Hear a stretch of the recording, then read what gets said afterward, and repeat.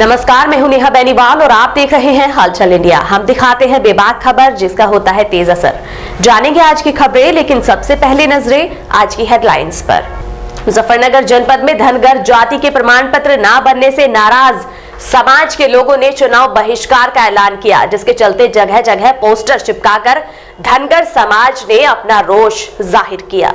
देश के 5 राज्यों सहित उत्तर प्रदेश में कल चुनाव आयोग ने चुनाव की तारीखों की घोषणा कर दी थी, जिसके चलते इन सभी राज्यों में आदर्श आचार संहिता तत्काल प्रभाव से लागू हो चुकी है। लेकिन उत्तर प्रदेश के जनपद मुजफ्फरनगर में पाल समाज के सैकड़ों परिवारों ने अपने अपने मकानों और मोहल्लों में ये पोस्टर चस्पा कर दिए हैं कि अगर धनगर प्रमाण पत्र नहीं तो वोट नहीं। दरअसल आपको बता दें कि नगर के पाल समाज के लोग सपा सरकार से ही धनगर प्रमाण पत्र की मांग करते आ रहे हैं, लेकिन बीजेपी की सरकार आने के बाद भी उनकी ये मांग पूरी नहीं हुई है, जिसके चलते अब पाल समाज के लोगों ने इस बार के चुनाव से ठीक पहले सरकार पर दबाव बनाने के लिए शहर के जनकपुरी मोहल्ले में अपने अपने घरों और सड़कों पर धनगर प्रमाण पत्र नहीं तो वोट नहीं के पोस्टर चस्पा कर दिए हैं। इस बारे में अपने घर पर पोस्टर लगाने वाले पाल समाज के लोगों ने बताया कि अपनी जाति विशेष की मांग के लिए पोस्टर लगाए गए हैं। बीजेपी बहुत दिनों से कह रही है कि ये धनगर समाज है, हमने प्रमाण पत्र की मांग करी थी, लेकिन कुछ लोगों के बने हैं जो कि किसी काम के नहीं है, वो मात्र एक कागज का टुकड़ा बनकर रह गए हैं। हमला जब हमारा कुछ भी काम नहीं हो रहा भैया,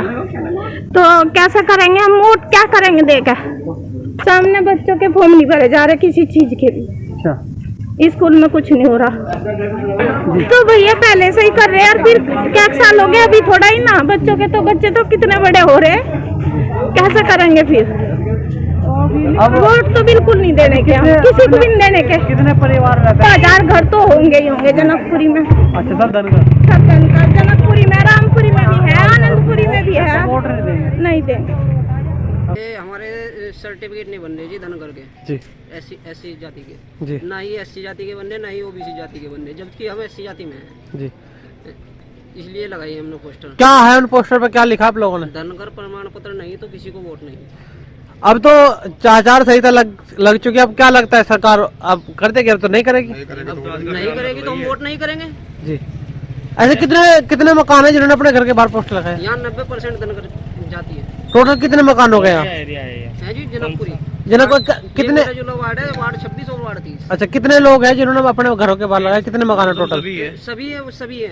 अच्छा, सभी के सभी। 90% यहाँ धनगर जाति निवास करती है। अच्छा, तो क्या मांग करते हो आप? हमारे प्रमाण पत्र बनाओ।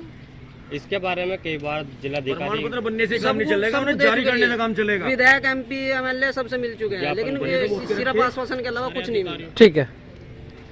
टोटल इस तरह के पोस्टर हमने यूँ लगाए, हमारे बच्चों का जो धनगर का सर्टिफिकेट बना था वो चल नहीं रहा, और फिर हमारे बच्चों का ना कोई प्रमाण पत्र, ये जब चल नहीं रहा, आगे प्रमाण पत्र बन नहीं रहा किसी चीज़ के लिए भी। हमारे बच्चे परेशान हैं, पढ़े लिखे बच्चे हैं, कोई फार्म भरा है उसके लिए भी बच्चे जगह जगह फिरे, रोज रोज कागज उठा के फिरे, कोई हासिल नहीं हो रहा कहीं भी किसी तरह का भी। अब तो आचार संहिता लगती है, अब तो सरकार वैसे भी नहीं करेगी कोई घोषणा। तो सरकार घोषणा नहीं करेगी तो हमारे बच्चों का क्या होगा?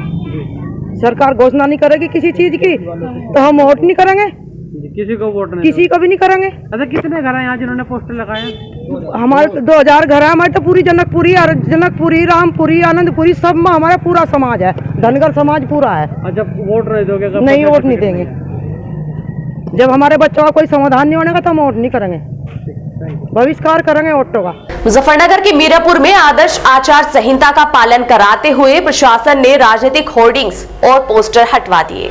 उत्तर प्रदेश में विधानसभा चुनाव की तिथियों की घोषणा होते ही एसडीएम जानसठ ने आचार संहिता का पालन कराते हुए क्षेत्र में सड़क किनारे लगे राजनीतिक दलों के होर्डिंग्स और फ्लैक्स बोर्ड हटवा दिए। शनिवार को चुनाव आयोग द्वारा जैसे ही 5 राज्यों में विधानसभा चुनाव की तिथियों की घोषणा करते हुए आचार संहिता लागू होने की जानकारी दी, वैसे ही एसडीएम जानसठ जयेंद्र कुमार आदर्श आचार संहिता का पालन कराने में जुट गए। आचार संहिता लागू होते ही एसडीएम ने मीरापुर नगर पंचायत कर्मचारी को साथ लेकर विधानसभा के सड़क किनारे लगे राजनीतिक दलों के फ्लैक्स बोर्ड और होर्डिंग्स हटवा दिए। रविवार को मीरापुर पीएचसी पर टीकाकरण कैंप का आयोजन हुआ। रविवार को कोविड टीकाकरण का कैंप मीरापुर सीएचसी परिसर में लगाया गया। डॉक्टर अशोक कुमार ने जानकारी देते हुए बताया कि लोगों को प्रेरित कर अधिक से अधिक टीकाकरण कराएं, जिससे तीसरी लहर से बचा जा सके। कई गांवों में टीकाकरण की प्रगति संतोषजनक न होने पर उन्होंने नवनिर्वाचित ग्राम प्रधानों और पार्टी पदाधिकारियों को स्वास्थ्य कर्मियों का सहयोग करने के लिए कहा। साथ ही कहा कि वे स्वयं गांव-गांव कैंप लगाकर लोगों को टीकाकरण के लिए जागरूक करें। चिकित्सा अधीक्षक डॉक्टर अशोक कुमार ने बताया कि प्रत्येक माह में मिशन परिवार खुशहाल परिवार दिवस का आयोजन किया जाता है, जिसमें परिवार नियोजन के बारे में बताकर गर्भवती महिलाओं को जागरूक किया जाता है ताकि उनको किसी प्रकार की परेशानी न हो। आगामी विधानसभा चुनाव को लेकर जानसठ सीओ शकील अहमद ने गांव कबाल में पहुंचकर शांति समिति की बैठक का आयोजन किया और मनादी कराई। एसएसपी अभिषेक यादव के द्वारा आगामी विधानसभा चुनाव को दृष्टिगत रखते हुए सुरक्षा व कानून व्यवस्था को सुदृढ़ बनाने के उद्देश्य से जिला बदर अभियुक्तों के खिलाफ अभियान चलाकर कार्यवाही की जा रही है। इसी के अंतर्गत क्षेत्र अधिकारी जानसठ शकील अहमद ने Jansath police inspector BS Verma के द्वारा थाना क्षेत्र के गाँव कवाल में पहुंचकर चुनाव से संबंधित एक बैठक का आयोजन किया तथा जिला बदर के खिलाफ नोटिस चस्पा करते हुए 6 माह के लिए जिला बदर किया तथा पुलिस ने गाँव में अनाउंसमेंट करते हुए मनादी कराते हुए अभियुक्त जिला बदर वकील उर्फ कल्लू पुत्र सगीर को 6 माह के लिए जिला बदर कर दिया। जनपद में बढ़ते कोरोना संक्रमण के बाद भी राशन और अन्य दुकानों पर भीड़ थमने का नाम नहीं ले रही है।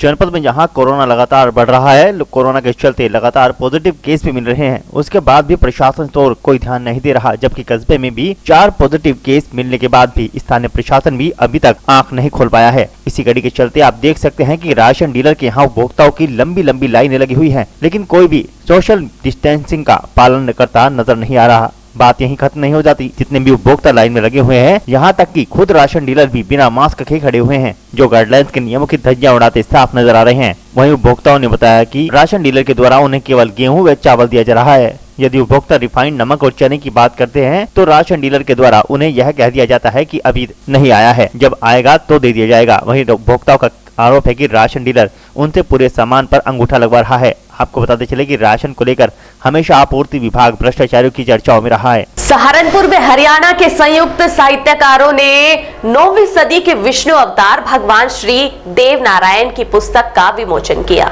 सहारनपुर में हरियाणा के संयुक्त साहित्यकारों ने हरियाणा के कुरुक्षेत्र में 9वीं सदी के विष्णु अवतार भगवान श्री देव नारायण की यश कीर्ति से महिमा मंडित पुस्तक का विमोचन कर राष्ट्र को समर्पित कर दिया। राष्ट्र के प्रमुख सामाजिक पुरोधा डॉक्टर जय सिंह गुर्जर ने विष्णु अवतार श्री देव नारायण धर्म ग्रंथ का विमोचन करते हुए कहा कि भगवान श्री देव नारायण का अवतरण जग उत्थान और मानवता के कल्याण के लिए रहा। पुस्तक में उनके अनेक उदाहरण का वर्णन किया गया। कुरुक्षेत्र स्थित देव नारायण मंदिर में आयोजित विमोचन समारोह में जय सिंह गुर्जर व धर्म ग्रंथ की लेखिका डॉक्टर संजीव कुमारी, राकेश शोकर आदि उपस्थित रहे। इस ग्रंथ को विश्व के लिए एक प्रेरणा का स्रोत बताया गया। आज भी विभिन्न भगवान देव नारायण के मंदिरों में पूजा अर्चना के लिए पुष्कर के पास नाग पहाड़ से लाई जाने वाले ईंटों की पूजा नीम के पत्तों से करने की परंपरा है। यहाँ सच्चे मन से मांगी गई मन्नत अवश्य पूरी होती है। क्षेत्र में भगवान श्री देव नारायण के मंदिर में आज विष्णु अवतार श्री देव नारायण धर्म ग्रंथ का विमोचन हुआ है। डॉक्टर जय सिंह जी जो एक प्रतिष्ठित पुरोधा हैं समाज के और बहुत ही विद्वान व्यक्ति हैं, उन्होंने आज इस धर्म ग्रंथ का विमोचन किया है। यह ग्रंथ भगवान श्री देव नारायण के जीवन काल, अवतरण काल, जीवन काल पर निर्भर है। उन्हें जो शिक्षाएं मिली, उन्होंने मानवता हित में जो काम किए अपने अवतरण काल में, और उस समय के संक्रमण काल में जो उनका पूरा क्रम रहा, वह इस पुस्तक में उद्धृत है। तो निश्चित रूप से यह मानव जगत के लिए एक अनुपम कृति है। सर, देवनारायण जी विष्णु के अवतार रहे हैं और राजस्थान में इन्होंने मालेश्वरी डूंगरी में इनका अवतरण हुआ था और इन्होंने पर्यावरण और पशु प्रेम पे बहुत काम किया है। इन्होंने सामाजिक समरसता भी स्थापित की है और गुजरों के आराध्य देव रहे हैं। ऐसा नहीं है कि सिर्फ एक जाति के लिए, सभी जातियां इनकी पूजा करती हैं और उनके ऊपर जो भी है ये फड़ वाचन होता है, जो कि 25 फुट लंबे कपड़े पे चित्रात्मक कथा है और उसको भोपागण जो हैं वो गा के सुनाते हैं राजस्थानी भाषा में।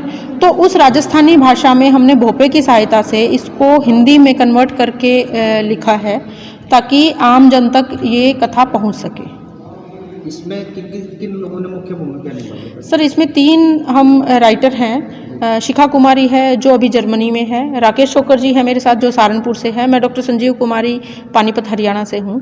हम तीनों ने लिखा है और हम तीनों को लिखवाने के पीछे जो अहम भूमिका रही है वो भोपा सुखाराम जी की रही है, जो गांव लवादर नागौर से हैं। उन्होंने हमें वो सब चीज़ें बताई हैं जो वो फड़ गायन करते हैं, पूरा पीछे जो 25 फुट का कपड़ा पे जो चित्रात्मक कथा है उसको लगा के उसके सामने नृत्य करते हुए गाते हुए कथा को सुनाते हैं। उन्होंने हमें पूरी कथा डिटेल में सुनाई है और उनका सबसे अहम रोल मैं इसमें मानती हूँ। तो जैसे देवनारायण जी का पर्यावरण के लिए विशेष योगदान रहा है, पशु प्रेम विशेष रहा है। उनके पास बहुत सारी लाखों में गायें थी और जहाँ भी अभी भी राजस्थान में जहाँ भी देवनारायण जी के मंदिर हैं और मध्य प्रदेश में भी हैं तो उनके पास जलाशय आपको जरूर मिलेगा। तो ये अहम है कि वो प्रकृति प्रेमी रहे हैं और समरसता पे उन्होंने बहुत काम किया है। मुजफ्फरनगर जनपद के चरथावल क्षेत्र में एएसपी कृष्ण कुमार विश्नोई ने सीओ क्राइम हेमंत कुमार और थाना प्रभारी के साथ बूथ स्थलों का निरीक्षण किया। मुजफ्फरनगर जनपद के चरथावल क्षेत्र में एएसपी कृष्ण कुमार विश्नोई ने सीओ क्राइम हेमंत कुमार तथा थाना प्रभारी ज्ञानेश्वर बौद्ध के साथ मिलकर आगामी विधानसभा चुनाव 2022 के दृष्टिगत अर्धसैनिक बल व गैर जनपदीय पुलिस और अधिकारियों के रुकने के लिए की गई व्यवस्थाओं का निरीक्षण किया तथा सुधार हेतु संबंधित को आवश्यक दिशा निर्देश दिए गए। दरअसल मुजफ्फरनगर जनपद के चरथावल थाना क्षेत्र के कस्बा चरथावल स्थित जय Hind inter college, Gandhi inter college सहित कई विद्यालयों का एएसपी कृष्ण कुमार विश्नोई ने सीओ क्राइम हेमंत कुमार व थाना प्रभारी ज्ञानेश्वर बौद्ध, एसएसआई विष्णु गौतम आदि के साथ आगामी विधानसभा चुनाव 2022 के दृष्टिगत अर्धसैनिक बल व गैर जनपदीय पुलिस व अधिकारियों के रुकने के लिए की गई व्यवस्थाओं का निरीक्षण किया तथा सुधार हेतु संबंधित को आवश्यक दिशा निर्देश दिए।